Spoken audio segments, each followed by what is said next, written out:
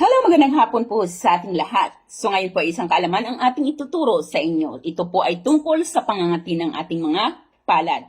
Marami sa atin na kapag ang pag-aakala na kapag nangati ang ating palad ay agad sinasabi nating may paparating na blessings. Pero depende pa rin po yan.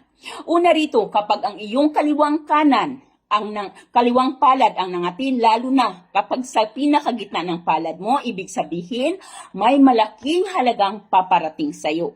Ngunit kung mga gilid lamang ng daliri ang nangati, ito po, mayroon namang biglaang grasyang dararating, ngunit maliliit na lamang na grasya, or kumbaga hindi ganun kalaki. Ngunit kapag kanan namang kamay ang nangangati nito, tiyak po na maghanda-handa na kayo dahil bigla ang gastusin ang paparating or kaya naman emergency na kailangan mong maglabas ng pera ang ibig sabihin nito.